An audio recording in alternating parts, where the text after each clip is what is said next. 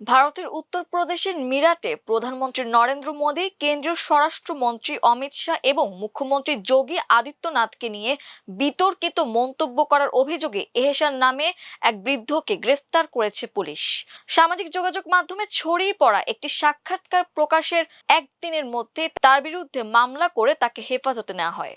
স্থানীয় সংবাদ মাধ্যমের তথ্য অনুযায়ী ঈদুল আজহার দিন একটি স্থানীয় অনলাইন চ্যানেলকে দেওয়া সাক্ষাৎকারে এহসান উত্তরপ্রদেশের মুখ্যমন্ত্রী যোগী আদিত্যনাথকে গুন্ডা মুখ্যমন্ত্রী বলে উল্লেখ করেন। পরে প্রধানমন্ত্রী নরেন্দ্র মোদীকে নিয়েও সমালোচনামূলক মন্তব্য করেন। সাক্ষাৎকারে তিনি বন্দে মাতারম গাওয়ার বিষয়েও আপত্তি জানিয়ে নিজের মতামত প্রকাশ করেন। ভিডিওটি সামাজিক যোগাযোগ মাধ্যমে দ্রুত ছড়িয়ে পড়ার পর মিরাট পুলিশ বিষয়টি আমলে নেয়। পুলিশ জানায়, সাংবিধানিক পদে থাকা ব্যক্তিদের বিরুদ্ধে আপত্তিকর ও উস্কানিমূলক মন্তব্যের অভিযোগে তার বিরুদ্ধে আইনগত ব্যবস্থা নেওয়া হয়েছে।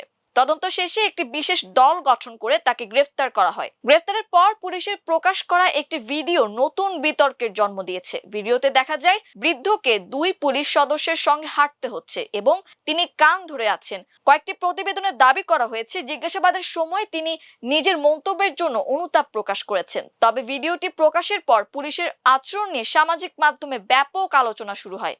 ঘটনার পর মানবাধিকার কর্মী ও বিভিন্ন মহল আইন প্রয়োগ ও নিরপেক্ষতা নিয়ে প্রশ্ন তুলেছে।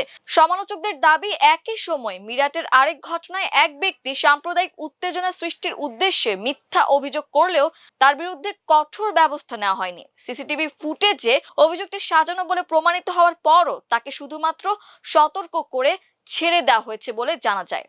দুই ঘটনার মধ্যে পুলিশের ভিন্নধর্মী পদক্ষেপ নিয়ে সামাজিক যোগাযোগ মাধ্যমে তীব্র বিতর্ক চলছে।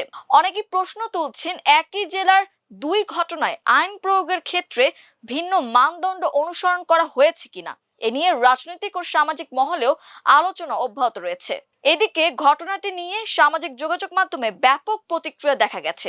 একাংশের মতে, দেশের শীর্ষ রাজনৈতিক নেতাদের সম্পর্কে অবমাননাকর মন্তব্য করা আইনগতভাবে প্রশ্নবিদ্ধ হওয়ায় পুলিশের পদক্ষেপ স্বাভাবিক। তবে অন্যদের দাবি, একজন বয়স্ক ব্যক্তির বিরুদ্ধে দ্রুত ব্যবস্থা নেওয়া হলেও সাম্প্রদায়িক উত্তেজনা সৃষ্টির অভিযোগে অভিযুক্তদের ক্ষেত্রে একই কঠোরতা দেখা যায় না। ফলে ঘটনাটি শুধু একটি গ্রেফতারকে ঘিরে সীমাবদ্ধ থাকেনি, বরং আইন প্রয়োগের নিরপেক্ষতা, মত প্রকাশের স্বাধীনতা এবং সংখ্যালঘুদের প্রতি প্রশাসনের আচরণ নিয়ে নতুন করে বিতর্কের জন্ম দিয়েছে।